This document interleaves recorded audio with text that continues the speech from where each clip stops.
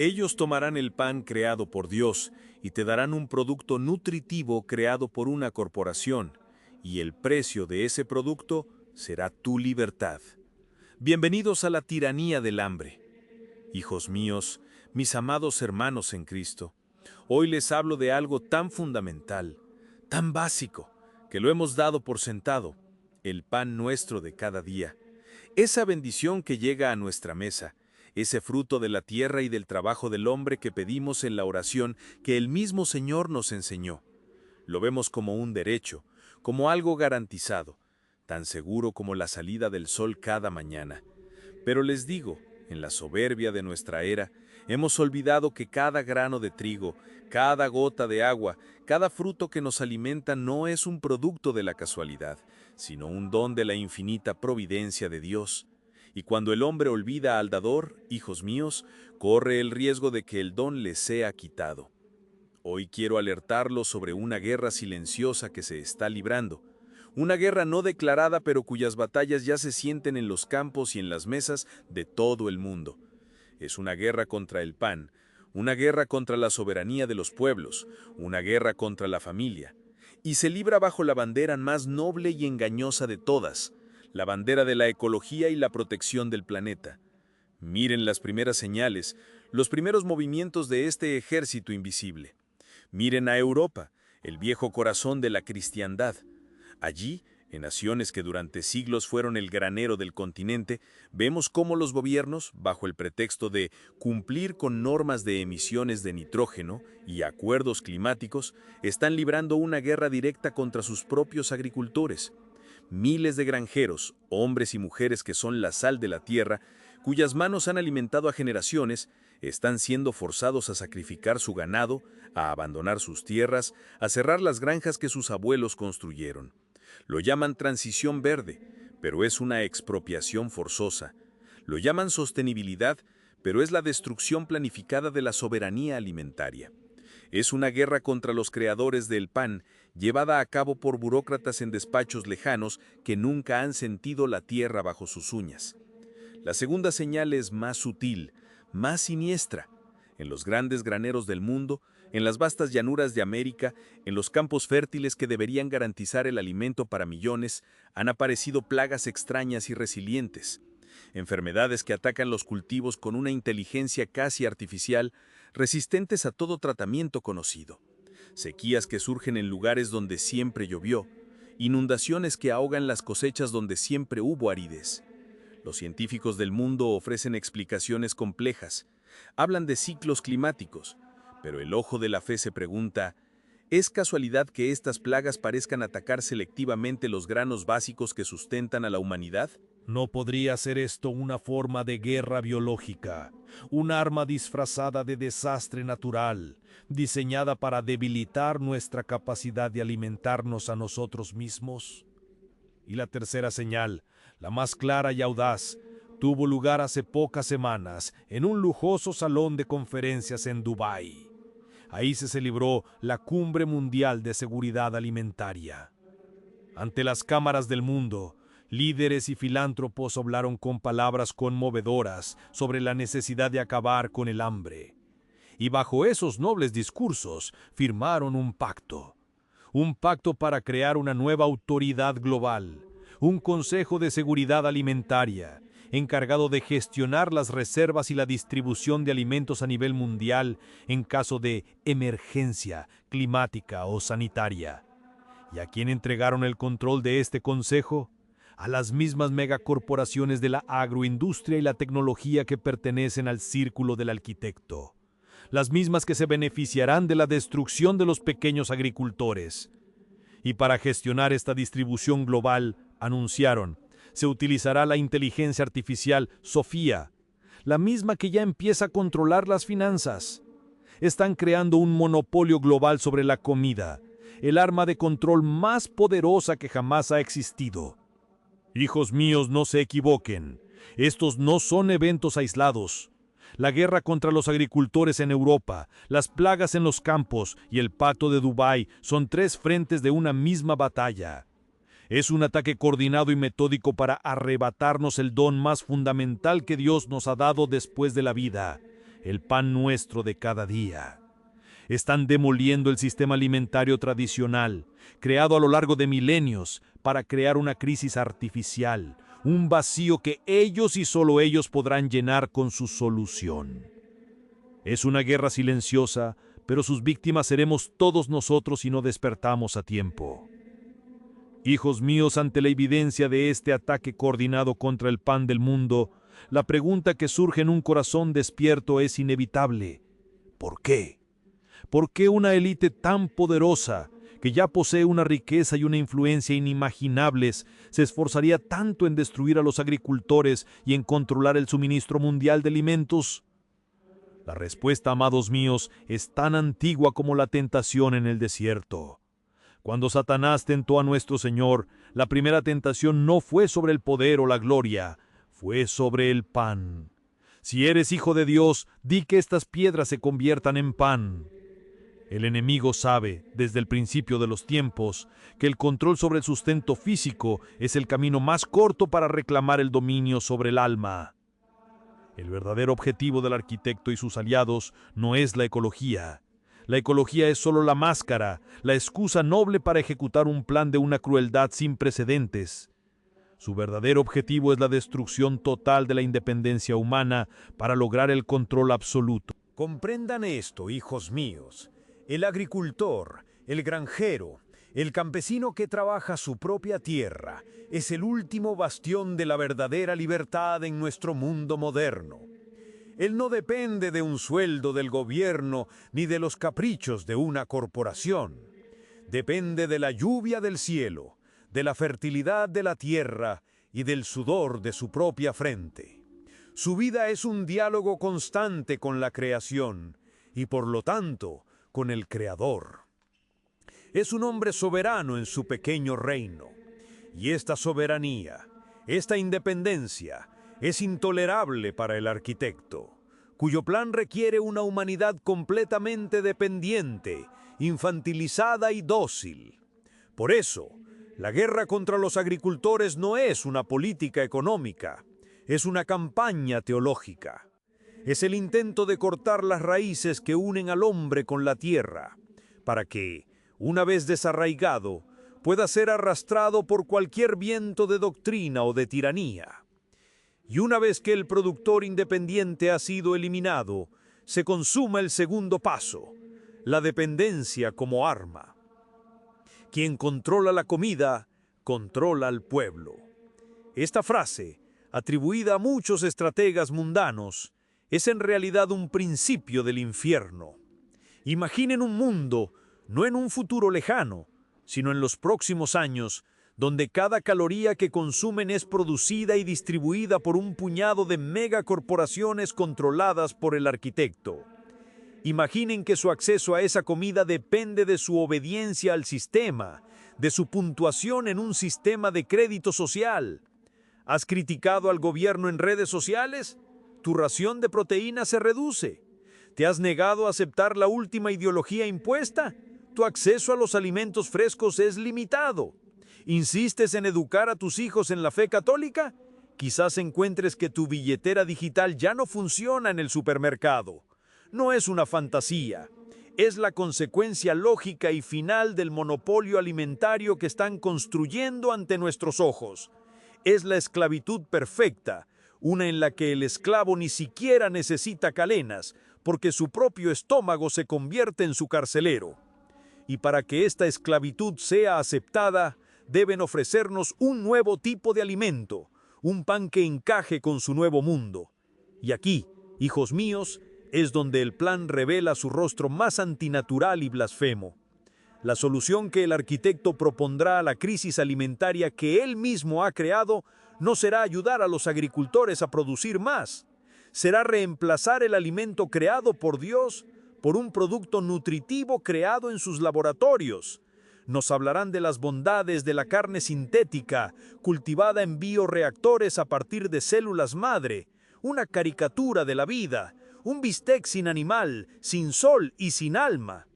Nos intentarán convencer de las ventajas del polvo de proteína de insectos, presentándolo como la solución sostenible para las masas, mientras la élite, seguirá comiendo alimentos reales. Nos ofrecerán verduras cultivadas en fábricas verticales, sin tierra, bajo una luz LED púrpura, perfectamente estandarizadas y perfectamente muertas en su esencia vital.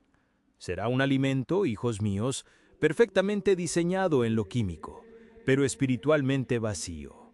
Será comida sin historia, sin tradición, sin la bendición del sol y la lluvia. Será un producto que llene el estómago, pero que deje el alma hueca. Nos quitarán la alegría de la cosecha, la conexión con la tierra, la belleza de un pan horneado en casa. Nos convertirán en meros consumidores de una pasta nutritiva, eficiente y controlada. Y este nuevo alimento será el vehículo perfecto para su sistema de control porque su producción estará centralizada. Será fácilmente patentable y su distribución dependerá enteramente de su red tecnológica. Y es aquí donde la voz de aquel santo ermitaño de Alaska vuelve a resonar con una claridad profética que nos atraviesa. Él escribió: «Y llegará el día en que envenenarán la tierra para que el hombre ya no pueda sembrar su propio grano. Y entonces le venderán un pan fabricado sin trigo, un sustento creado en la oscuridad. Y el precio de ese pan no será el oro ni la plata. El precio de ese pan será su libertad». Hijos míos, para que no piensen que estas palabras son mías, para que entiendan que no les hablo desde el temor humano, sino desde la luz de la revelación divina, debemos ahora abrir juntos el libro más sellado y misterioso de la Sagrada Escritura, el Apocalipsis de San Juan. Porque el plan del arquitecto, que nos parece tan moderno y tecnológico, no es más que un eco antiguo, una estrategia diabólica que ya fue desenmascarada hace 2000 años por el apóstol amado en la isla de Patmos. El enemigo no es original, hijos míos, solo repite sus viejas trampas con nuevas máscaras. En el capítulo 6 del Apocalipsis, San Juan contempla al Cordero de Dios, Jesucristo, abriendo los sellos de un rollo que contiene los decretos divinos sobre el fin de los tiempos. Cuando el Cordero abre el primer sello, aparece un caballo blanco, símbolo de la conquista. Cuando abre el segundo, un caballo rojo, símbolo de la guerra. Y entonces llega el momento que nos concierne hoy. Escuchen con reverencia y temor santo. Juan escribe: «Cuando abrió el tercer sello, oí al tercer ser viviente que decía: ven y mira. Y miré, y he aquí un caballo negro, y el que lo montaba tenía una balanza en la mano». Detengámonos en esta imagen tan poderosa y tan actual. El caballo negro. En toda la Escritura, el color negro es símbolo de luto, de calamidad, de hambruna. Pero es el objeto que lleva su jinete lo que nos revela la naturaleza de esta catástrofe. No lleva una espada como el jinete de la guerra, ni un arco como el de la conquista. Lleva una balanza. ¿Qué significa la balanza en este contexto? En el mundo moderno, asociamos la balanza con la justicia. Pero aquí, hijos míos, su significado es mucho más siniestro. Es la balanza del racionamiento, del control absoluto sobre los recursos. Significa que el alimento ya no será un don abundante de la tierra de Dios, sino una mercancía escasa, medida y distribuida grano por una autoridad central. Es el símbolo del monopolio alimentario global que el arquitecto está construyendo. Y entonces, una voz desde el cielo proclama el precio de la comida en esos días: 2 libras de trigo por 1 denario, y 6 libras de cebada por 1 denario. Para entender la magnitud de esta tragedia, deben saber que 1 denario era el salario de un día entero de trabajo para un jornalero. Esto significa que todo el esfuerzo de un hombre, desde el alba hasta el ocaso, alcanzará apenas para comprar el pan para sí mismo. No podrá alimentar a su esposa, ni a sus hijos, ni a sus ancianos. Es la descripción de una hambruna diseñada para destruir la célula básica de la sociedad, la familia. Es un ataque directo a la paternidad, al deber sagrado de un padre de proveer para los suyos. Pero la frase más terrible, la que revela la naturaleza diabólica y deliberada de este plan, es la que sigue. Pero no dañes el aceite ni el vino. ¿Qué significa esto? El trigo y la cebada eran el alimento del pueblo, el pan de los pobres y de la clase trabajadora. El aceite y el vino, en cambio, eran los productos de lujo, los símbolos de la riqueza y de la opulencia de las élites. Esta frase es una orden directa: que la crisis aplaste a las masas, que el hambre devore a los humildes, pero que no toque los privilegios de los ricos y poderosos. No es una hambruna natural, causada por una sequía. Es una hambruna artificial, una crisis planificada, un arma económica diseñada para aumentar la brecha entre los pocos que tienen todo y los muchos que no tienen nada. Es la prueba irrefutable de que la crisis alimentaria que el arquitecto está diseñando bajo el pretexto de la ecología es en realidad un acto de guerra contra los pobres. Y esta estrategia, hijos míos, es una parodia satánica de una de las más bellas historias de la providencia de Dios en el Antiguo Testamento, la historia de José en Egipto. Como recordarán, José, vendido por sus hermanos, llegó a ser gobernador de Egipto gracias a su fidelidad a Dios. Y cuando Dios le reveló en sueños que vendrían 7 años de abundancia, seguidos de 7 años de hambre terrible, José no usó esa información para su propio beneficio. Guiado por Dios, implementó un plan sabio. Durante los 7 años de abundancia, almacenó el grano en los graneros del faraón. Y cuando llegó el hambre, no solo salvó al pueblo de Egipto, sino al mundo entero, incluida su propia familia que lo había traicionado. El plan de José fue un acto de misericordia y de administración prudente, inspirado por Dios. Ahora miren el plan del arquitecto. Es la misma estrategia pero invertida, pervertida. Él no se prepara para una hambruna que viene de Dios. Él crea la hambruna. Él no almacena el grano para darlo generosamente. Lo acapara para venderlo a cambio de la sumisión total. La historia se repite, pero como una farsa diabólica.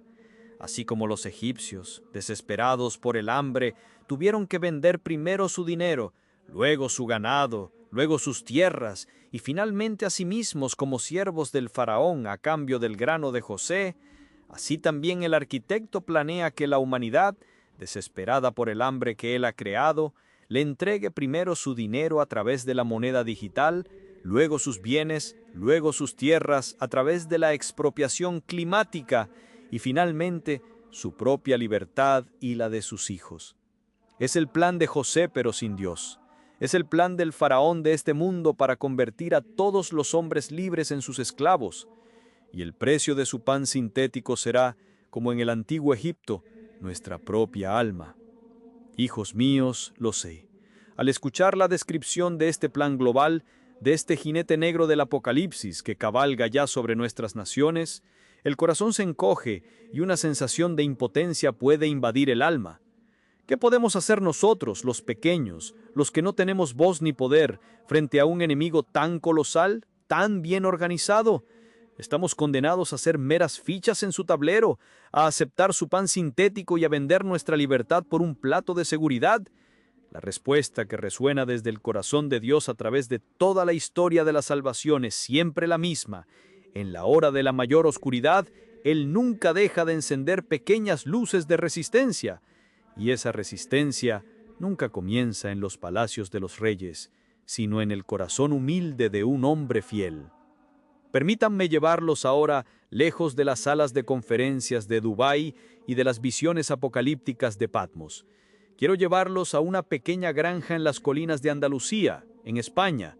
Allí vive un hombre al que llamaremos Marco. Marco no es un teólogo, ni un político. Es un agricultor, un hombre de piel curtida por el sol y manos agrietadas por la tierra. Su familia ha cultivado ese mismo trozo de tierra durante 7 generaciones. Para Marco su trabajo no es un negocio, es una vocación sagrada, un pacto con Dios y con la creación. Él no ve sus olivos y sus campos de trigo como una fuente de ingresos, sino como un altar al aire libre donde cada día con su sudor le ofrece un sacrificio a Dios para poder alimentar a su familia y a su comunidad. Su vida, en su sencillez, es una oración. Hace unos meses la vida de Marco y de su comunidad fue sacudida hasta sus cimientos. Llegó una carta oficial del gobierno, un documento frío, impreso en un papel impersonal lleno de jerga burocrática sobre objetivos de reducción de nitrógeno, directivas verdes europeas y zonas de biodiversidad protegida. Pero el mensaje, detrás de todas esas palabras nobles, era brutalmente simple. Se le ordenaba reducir su rebaño de ovejas, el rebaño de sus antepasados, en un 70%. Y se le recomendaba dejar sin cultivar la mitad de su campo de trigo para restaurar el ecosistema. Si no cumplía en el plazo de un año, enfrentaría multas exorbitantes y finalmente la expropiación de su tierra. El corazón de Marcos se hundió. Vio a sus vecinos, hombres duros como la tierra que trabajaban, llorar de desesperación. Uno a uno comenzaron a rendirse. Recibían la visita de agentes de una megacorporación agrícola con un nombre amigable y un logo verde que les ofrecían comprar sus tierras a un precio irrisorio. «No se puede luchar contra el sistema», decían sus vecinos con los hombros caídos. «Es el futuro». Y Marco vio cómo una tierra que había sido bendecida por el sudor de generaciones era vendida por unas pocas monedas para ser convertida, probablemente, en un campo estéril cubierto de paneles solares o en una fábrica de proteína de insectos. Sintió la ira santa de la injusticia, pero sobre todo, sintió una profunda desesperanza. Esa noche, en lugar de ir a la taberna a ahogar sus penas con los otros granjeros, Marco fue a la pequeña iglesia de su pueblo. Una iglesia antigua, con el olor a cera vieja, incienso y siglos de oraciones susurradas. Se arrodilló solo, en la oscuridad, ante el sagrario donde ardía la lamparilla roja, la señal de la presencia real. No rezó pidiendo un milagro que hiciera desaparecer la carta del gobierno. Rezó pidiendo luz, pidiendo sabiduría. Y en el silencio de esa iglesia, en el diálogo sin palabras de su alma con el Señor, recibió una inspiración, una idea tan clara y tan fuerte que supo que no venía de él, sino de lo alto. Comprendió que no podía luchar contra el sistema en su propio terreno, con tractores y protestas que serían ignoradas. La resistencia debía ser de otro tipo, debía ser espiritual y comunitaria. A la mañana siguiente, Marco convocó a las pocas familias de agricultores que aún no habían vendido. Los reunió no en el ayuntamiento, sino en su propio granero.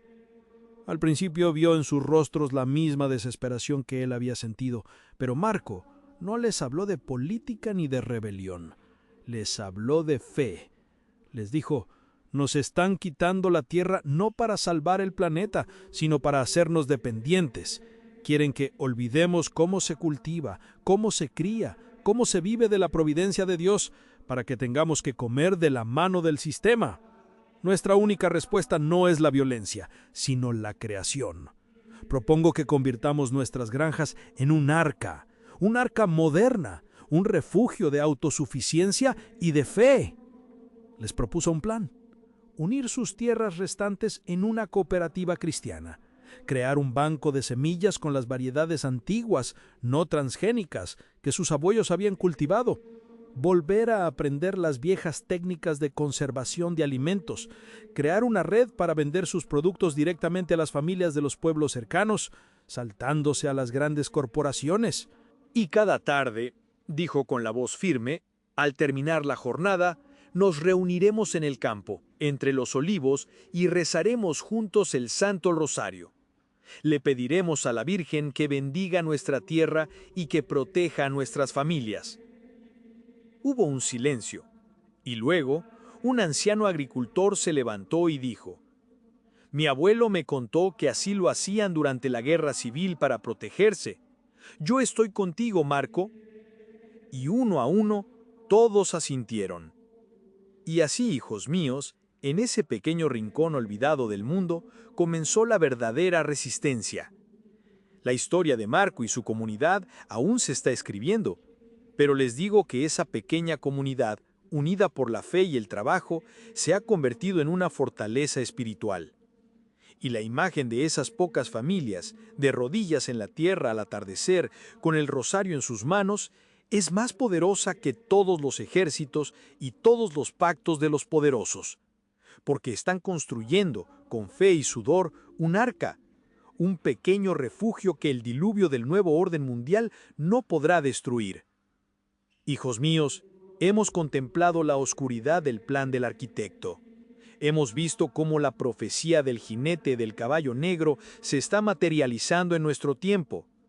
Y hemos sido testigos de la valiente resistencia de la fe en la historia de Marco y su pequeña comunidad. Ante esta realidad, la pregunta fundamental ya no es ¿qué va a pasar?, sino ¿qué vamos a hacer nosotros? El cielo nunca nos da una advertencia sin ofrecernos también un camino de salvación. Y el camino que la Santísima Virgen nos señaló en Fátima y nos recordó con lágrimas en Akita, no es un plan político ni una estrategia mundial. Es algo mucho más pequeño, mucho más humilde y por eso mismo infinitamente más poderoso. Es el arca que cada uno de ustedes puede y debe construir, el refugio espiritual de su propio hogar. No se dejen engañar por la aparente sencillez de este plan. El enemigo quiere que crean que las soluciones deben ser tan grandes y complejas como los problemas. Pero Dios, hijos míos, siempre obra a través de lo pequeño, de lo humilde, del grano de mostaza. Y hoy les detallo los 3 pilares, las 3 vigas maestras con las que construirán este arca familiar para resistir la tormenta del hambre planificada que se avecina. El primer y más importante paso es la preparación espiritual. Antes de llenar sus despensas, deben llenar sus almas. Les llamo a unirse en una cruzada de oración y ayuno. Oren por los agricultores del mundo, esos soldados de primera línea que están siendo atacados por las fuerzas de la globalización. Oren por su fortaleza, por su perseverancia. Y oren también con caridad cristiana por la conversión de los líderes y de los arquitectos de este mundo que en su ceguera creen estar construyendo un paraíso cuando en realidad están cavando un infierno. Ayunen, hijos míos, ayunen de la comida para recordar que no solo de pan vive el hombre, sino de toda palabra que sale de la boca de Dios.